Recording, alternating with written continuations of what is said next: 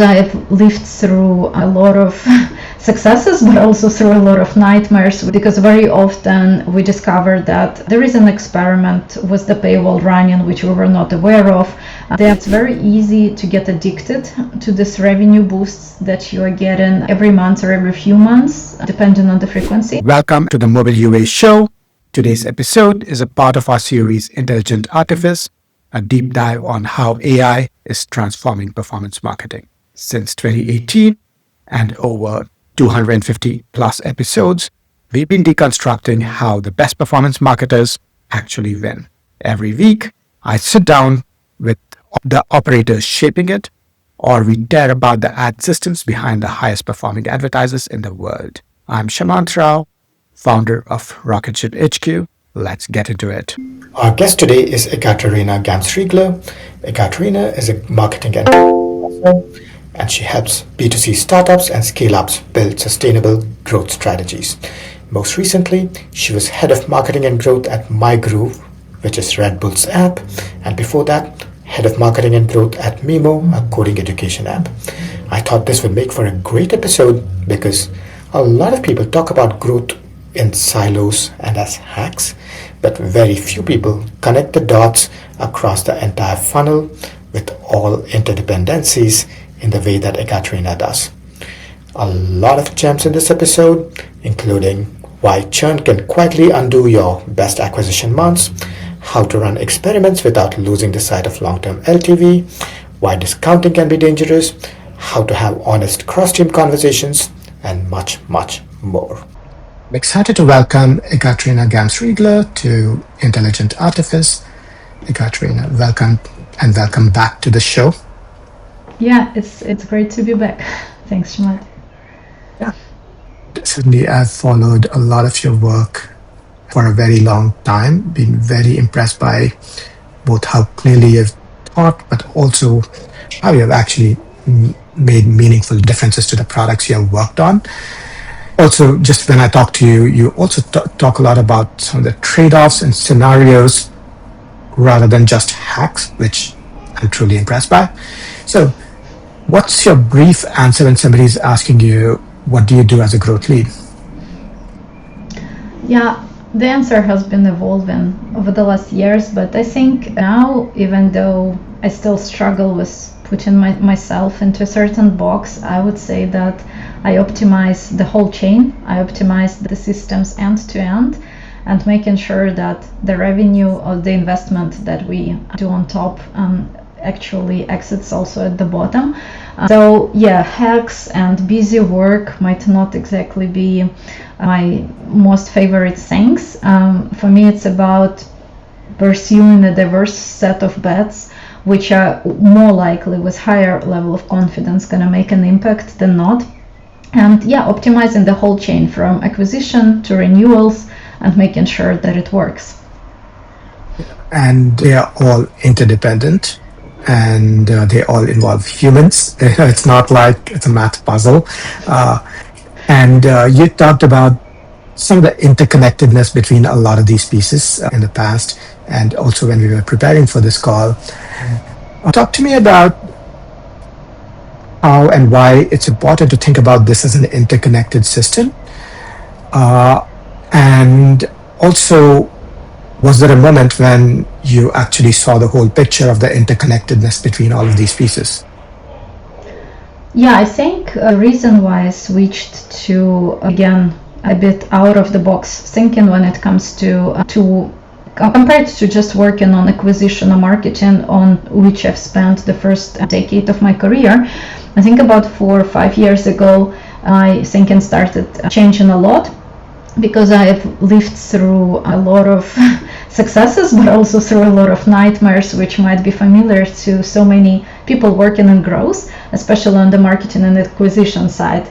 Because very often we discover that there is an experiment with the paywall running which we were not aware of. We discovered that when there was the paywall, the call to action button was redesigned, maybe some team forgot to put the event tracking into it. Something changed, something broke along the way, breaking the conversions and breaking the acquisition ultimately.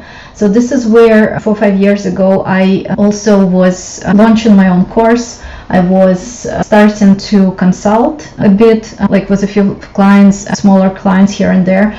I started mentoring very extensively and had more than 100 sessions on different platforms. And ultimately I joined Mimo, where I actually had the chance to have an impact on what's happening on the product side. Being exposed to multiple challenges, multiple cases, different verticals, and hearing the same stories like over and over again made me realize that there are things that are definitely so much more connected and should be monitored much closer. So this vision for full funnel growth, end-to-end analysis crystallized so much better than what I had before, because even if everybody's on the same page and if there is a shared understanding that the teams should work together, there is no product without marketing and the other way around, I think it's still very difficult to live in the same context and with the same views, because even our dashboards are often different and have separate views. Sure, for sure. And the different dashboards thing is something, in theory, that feels like it's an easy problem to solve, and it never is. Is there an example that comes to mind of the domino effect or the interconnectedness going wrong or going right that you can think of? I think my most recent examples from the past years are surprisingly about hitting the growth ceiling, but not in the sense that we cannot scale paid acquisition with good returns anymore, which is also a shared challenge, but actually situations where you see that the amount of customers and subscribers churning exceeds the number of customers that you can bring in. So this happens to products at various stages, and I think like this tends to hit me very hard, because so far I was usually under the impression that okay, churn is a big problem, but this can be fixed once we fix many other more important things at the higher, like at the tops of the funnel. But I've worked with a few businesses where it was actually a very urgent problem to solve. And usually this would also happen after a few very successful months when it comes to acquisition. Churn would follow and us would not work out. Other cases were when the funnel would look pretty decent and scaling was possible, but at the same time there was a deeper problem with aligning the value of the product to the target segment or the value proposition that we had. Solving this through marketing and advertising was also very interesting, and again made me realize how much impact telling a certain story has on the whole product metrics. For sure, yeah, because if you're not telling the right story, nothing you fix on the product will work, and vice versa. Or if the product is broken, nothing you do on the marketing will work. So from what I'm hearing you say, you really need to look at both those pieces of the picture and to really work on both those and not just operate in the local maxima.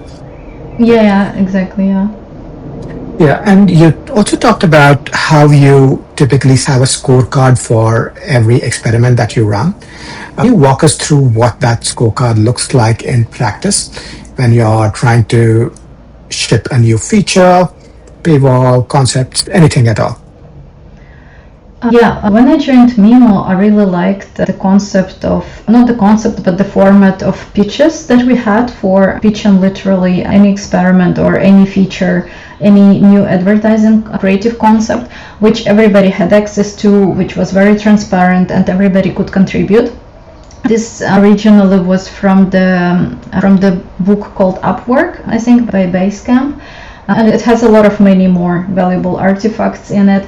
But what I did is I added a small section which was supposed to say what are the primary metrics that we are planning to move, what are the secondary ones that might get affected, what are the trade-offs if this moves, what can be affected negatively, and the guardrails in terms of what are the limits that we're willing to go to and what we are definitely not willing to risk. So this also helped. It was not about making it harder to pitch something, but it was about understanding the possible trade-offs.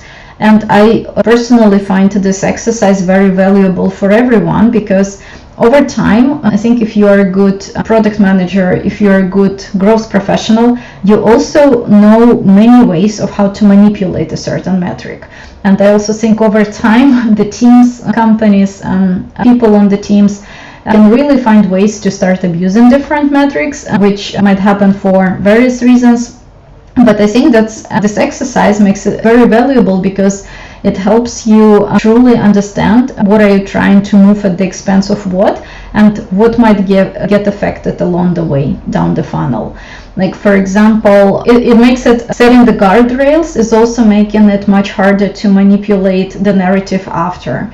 Because I remember in the early years of my career, I've seen it quite often when the people would start formulating the hypothesis after the experiment results were in. So just using the data to fit the narrative or the assumptions that they had. Yeah. And I think this exercise, again, prevents you from that. It holds you somewhat accountable for being honest. And for example, it's easy to say, let's test a certain trial duration, let's make the trial longer, without long-term looking at the cancellation rates or like trial to purchase rates ultimately. Or I remember the case when we changed the design of the paywall and we made it very clear what are the premium benefits for different groups of our learners, like personalizing them based on the answers they would give on onboarding. This did not have any impact on the trial opt-in rate, but this had a good impact on the cancellation rates, because once this would resonate with users, they would upgrade, they would be more likely to not cancel the subscription, and they understood how these premium benefits actually fit into their goals. The mistake I often see is teams saying, this is our target metric, and these are going to be the 10 experiments that we're going to run this quarter that will move this target metric positively. And while I understand the importance of this from the experimentation perspective, from the analysis perspective, I also think not looking at 3 to 4 metrics and broader context at least, or projecting. The hardest is ultimately the LTV-based revenue, not only the short-term revenue, but LTV-based revenue. So not looking at any of this can be a big mistake. Yeah, and I 100% agree that if you're fixated on one single metric, that has a lot of unintended side effects, even if it keeps everybody laser focused on one thing. A long time ago, I actually wrote this piece on how there was a somewhat well-known case on Uber and how I think one of the vendors had a lot of fraudulent traffic. Mm-hmm. And my point was, it was really because of lopsided incentives at Uber, because the team was incentivized on day 1 and day 7 metrics. The team was incentivized on how much they're spending, and nobody really cared about questioning fraudulent traffic, because the fraudulent traffic actually hit the D1 metrics, D7 metrics, and that was the whole point of the fraud, that it had to look genuine. And so I think that cost them multiple millions, which is kind of crazy. And I think what you're saying has the same point. Even if somebody doesn't intend to be malicious, mm-hmm. it can have unintended side effects that nobody's anticipating. Yeah, even this, I think without intent, a lot of the things are very easy to lose track of when you are not even thinking that this might be the consequences. But yeah, it's much worse when you are aware of the consequences, and by manipulating one metric, by increasing it, you just do it in ways that do not really move up the metric that is a level higher than that. Sure, for sure. And oftentimes, if you're working in growth and marketing, you make decisions that you don't see results for multiple weeks. And if you're working on the acquisition side, you have an immediate result which in the dashboard, but there are also downstream results which you don't see. Are there examples you can think of where a team is making acquisition decisions that cause damage that shows up many weeks down the line? Yeah, I think there are some extreme cases that I've seen, right? Some would show up weeks down the line and would be hurting the revenue, for example, ultimately. Some would crystallize, again, materialize over the years and be hurting the perception of the whole brand. So this is also very difficult to turn around. For example, I remember that when I joined Mimo, we had a lot of really great creatives. I personally really loved them. They were these very cute animated characters, typically. A lot of aesthetic images too. We even had an ad where an animated cartoonish character, there would be references to a person sitting on the toilet and learning how to code. And this was working really well at the top of the funnel perspective. Over a few months and years, it started becoming clear that the perception of the whole product was more that it is a game, that it is for kids. So this is what we would often read in user reviews. A lot of friends or industry folks would come and say, "Oh, actually, my kids are playing your game, the game that you're working at." While all of this was fun and cute, and it was bringing and unlocking certain amounts of revenue, still it was clear that this is not exactly the brand perception that we want to have, because we had very deep, very high quality content in the product. And the content where we had a lot of success stories from the learners who learned to code with our app and changed careers. So it was becoming harder to actually make it clear that we have a very serious product with a lot of content to go through that you can use to boost your career and skills. So yeah, this was like one of this, I would say, extreme cases where over time we also did the rebrand. But as I mentioned, there can be advertising is also a way to tell whatever story you want. I was earlier given example of the product where the core value would be great and the product would be great. At the same time, people would not be willing to pay for it because the audience was too broad, the use case was too broad. And only after we decided to pivot to a more narrow segment, we started seeing much better returns, like after reshaping the value proposition, adding more features to the product for the specific segment, redoing the store listings and all the creative concepts. This is when we could truly unlock profitable acquisition by retelling the story, basically, after telling a different story for the years prior. Yeah, I think another, yeah. I was just going to say that's crazy that even with the cute kid creators probably gave you very good metrics. Yeah. It just brought in the completely wrong kinds of users. And you're right that you would probably not see that impact in any user acquisition dashboard. You would see that impact in the product retention metrics, which is scary when you think about it. Yeah, I think even if you would look at the funnel, you would be really okay with it because there were no specific bottleneck, like a problem to identify. It's more that it was popping up from all the conversations with users and the qualitative user research, where we would be like, is it really how we want to be perceived? No, actually not. We want to be perceived as a more professional tool. And this is what was triggering it, because over the years, probably we would hit a ceiling in positioning ourselves the old way. Can imagine. Yeah, that's crazy. And there's similar examples you can think of on the paywall and monetization side as well. I think on the paywall and monetization, maybe the most dangerous tactic from my perspective, which I also seen backfire a lot, either in the short term, like within a few months, up to a longer term, within years, is discounting and seasonality, or discounting during the seasonality, because typically you see a very good growth at the beginning. The smart way is to immediately watch out for the cancellation rates and refund rates, like on day 0 to day 7, for example, to see, the users who are subscribing for monthly or yearly purchase subscriptions, if they're canceling right away or if they're staying with you. So I think this is a good way to at least keep an eye on that. And also discounts that are aggressive and that are frequent. This discounts for everyone instead of discounts that are more segmented, because as we also talked before, it gives you a boost in revenue, I've seen it multiple times that it's very easy to get addicted to this revenue boosts that you are getting every month or every few months, depending on the frequency. And it's also not easy to get off this needle, so to say. It becomes like a real addiction.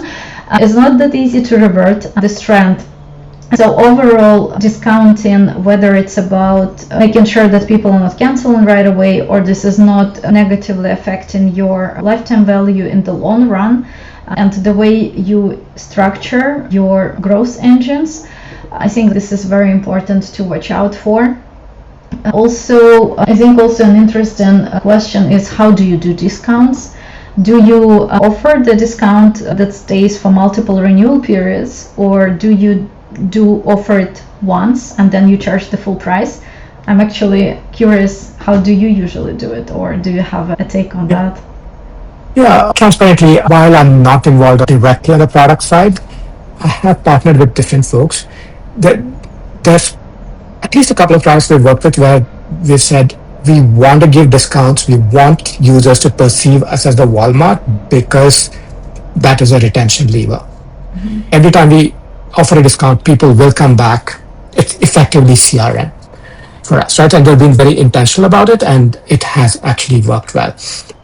But there are also products that I worked with that are on the flip side, like you mentioned, where users just get used to the discount, they wait for the discount, they expect the discount, and that is a net negative.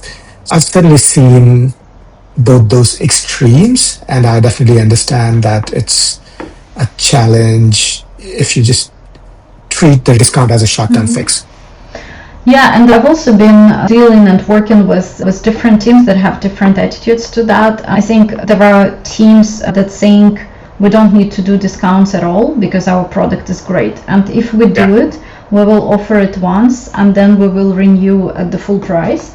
There are other teams, and I fall into this category myself, where I want to be transparent and honest about the discount. So if we're doing it, then we also allow the renewals to come with a discount as well.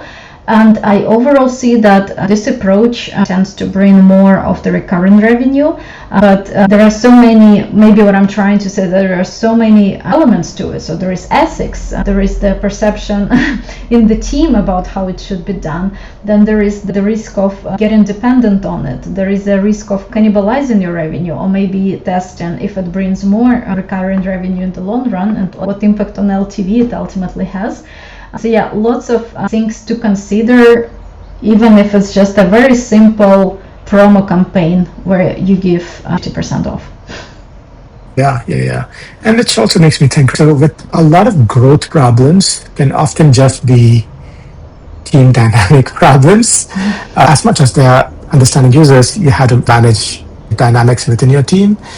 So how do you have some of these conversations within a growth team without it just becoming finger pointing? Data helps a lot. Looking at the facts helps a lot to avoid speculation, right? That's why I think it's always important to have the weekly check-ins or bi-weekly check-ins where we take an honest look at the funnel, at the performance of the new cohorts. And at the same time, we have the log of changes, which is documented, of where we document what has changed on the acquisition side, if there are new channels that are tested, if there are new creative concepts, if there is a new optimization event that we are experimenting with. So all of this is about defaulting to transparency and everybody being able to always trace back and look at the numbers that we are all looking at. Instead of, one person pulling the data from these three sources, another one pulling from the other three, and then discussing why they do not match. Also, I think it's about very firm belief, which I have with the teams I'm working with, that nobody is ever coming on a certain day to intentionally do a bad job at anything and to launch a creative which is misleading. This is never the mindset that in my 15 years of a career, I never came across a person who would be doing that. Usually everybody's really trying to do their best job, right? Coming from this perspective, I think helps a lot too. But ultimately, having the numbers, having the log of changes where you know what exactly happened and what might have contributed to a drop here and there, Also getting the qualitative insights again, having the evidence of okay, under this video, these are the type of comments that the people are leaving under, and now maybe we have an influx of support tickets which address this and this, or maybe we did a partnership with an influencer where they mentioned that the product is free, but we actually have a free trial. So now everybody's complaining in user reviews that it's not free, it's scam, don't do that. So having all of this evidence on top also helps to make sure that we are really going to the right audience with the right messages, with the right value propositions. Because I think it's one thing to define your value proposition in a vacuum and to say this is what we stand for, this is what we believe our product is for, and this is who it's for. And another thing is to be relying on a weekly basis on this multitude of data points which actually tell you if you're on the right track or not. So I think it also changes a bit the mindset from your growth and performance objectives, paid advertising, to seeing it also as an investment into learnings, because ultimately we're also learning a lot about our target audience and about our potential users, and this requires some investment too. Yeah, and it's never easy or straightforward, but that's why it is supposed to be had. It's a process, Yeah, it is a process like everything. Yeah. So again, when you're working on a completely new project, what are some of the first things that you look for to see if the dominoes are about to fall? Yeah, I might have also become pretty biased in the last years, but my go-to first thing to do, no matter what I'm hearing, usually is the analysis of the funnel. It's the analysis of how the monetization system works, which is not just about how the paywall looks, but it's about long-term trends, looking into the seasonality, how things have been changing and evolving over the months and years, but then also taking a good look at the full user journey from ad impression to renewal, and understanding if everything truly fits and where the biggest problems and misalignment can live. Because I keep coming to the cases where the problems are in the value breaking somewhere, and this can start already at the acquisition stage, but it's rare. It most usually is somewhere at the activation and conversion stages, and this is why I always just start with looking into the funnel. Now I also take a deep look into the MRR and active subscriber movements to see how big of a problem churn is, but this is more about prioritizing what kind of actions need to happen first, what is the most urgent problem to solve. For sure. Yeah, and to switch gears a bit, AI is something a lot of people are plugged into. That's quite the buzz lately. So what you do is very cross-funnel. It is exactly the kind of thing you couldn't just go into an LLM and ask answers for, at least not in a way that's very straightforward without a lot of product-specific context. So where, if anywhere, do you see AI fitting into the kind of cross-funnel analysis that you're talking about? I think there might be more applications of it in my work than I might be aware of at the moment, because also we talked to you before that I feel quite behind when it comes to that. But what I don't see myself or also the teams that I've been working with using it for is necessarily ideation. I think there is always a huge backlog of ideas, and it does not matter if we're talking about creative concepts, new ones or iterations, or if we talk about paywalls or new features. I think there is ideas aplenty. Usually when I work on something and once the problem is clear and identified, I also have a lot of solutions already there. So I don't necessarily use AI for that, but what I use it for is to challenge my thinking and to poke holes in my solutions and proposals. because this is where I think the more cases you've seen, the more you might be stuck on a certain way of doing things or even trying to follow a certain playbook. And this is where I usually use AI to challenge me. And of course, I have a lot of applications for it at the top of the funnel, so not necessarily full funnel analysis, but creating new concepts like AIGC, iterating on the concepts, using it for textual metadata optimization for the stores, translations, stuff like that. Yeah. Right, and yeah, you're right that using it to really challenge your thinking is just so critical, because I'm still astonished. It's been a year and a half or so since I really started diving in, but I'm still astonished at how it continues to give us ideas. There's something I'm building right now, which is a creative intelligence tool, and just came up with ideas and paradigms I really could never have thought about. And that's certainly something that's astonishing to me still. Again, to switch gears again, if you had to look back, I worked on numerous products for a very long time. If you had to look back, what's something you got wrong early on that shaped how you think about funnels today? I think not maybe catastrophically wrong, but what I've been way more reflective about in the past years is asking myself where these original beliefs are coming from. And I think there are two things which I tried to fix in the middle of my career once I saw that it's really not working. So the first was the way, like how I see creative production and how I work with creatives, because in two different companies I used to lead the creative production efforts, and I truly loved it. It was amazing to work on this. There were very talented teams, very good ones, who were super passionate about what they were doing. And we would look at the past performance, we would think of how we can iterate on this new concept additionally, or come up with something completely fresh. So we were using data, we were like halfway there, but what I realizing is that we were very far from doing user research. We were not talking to users. We would only have glimpses of what they think, judging by the interaction with the ads and maybe writing comments sometimes. So this was a big missing piece for me, because we would have amazing concepts, and I'm proud of them still to this very day, that the teams would produce, but they would not resonate.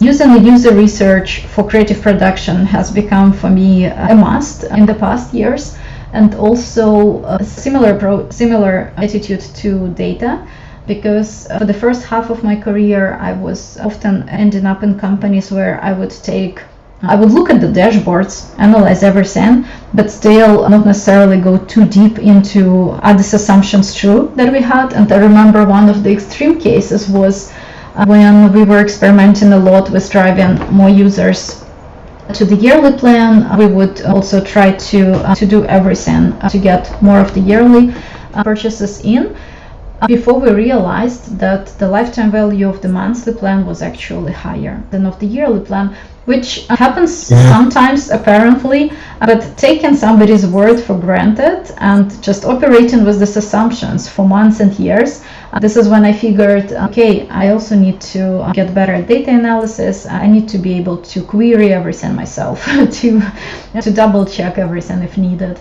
So I think, again, this maybe still holds to this very day. User research and being fluent with data and being able to analyze everything yourself is what I stick to still. Yeah, I think the more patterns, I think the more wary you are of the exceptions like that, where the monthly plan is more than the annual one, which you wouldn't expect it, but again, then until you do. And I think the similar exception I'm noticing is the economics of AI-driven products, where a free trial is no longer free. So you're basically looking at the cost of everything. So that sort of thing, you need to be very careful about revisiting your assumptions. Yeah. Excellent, Katya. I think this has been incredibly instructive, as always, as every time I've spoken to you. And this is perhaps a good place for us to start to wrap up. But before we do that, could you tell folks how to find out more about you and everything you do? I'm trying to write more on LinkedIn, to share more, and this is probably the best platform to follow unless I finally get to start my own newsletter. Excellent. We will link to your LinkedIn then. Yeah. And now this is a good place for us to wrap. Thank you so much for your time. Thanks, Shamans. It was a pleasure. Thank you.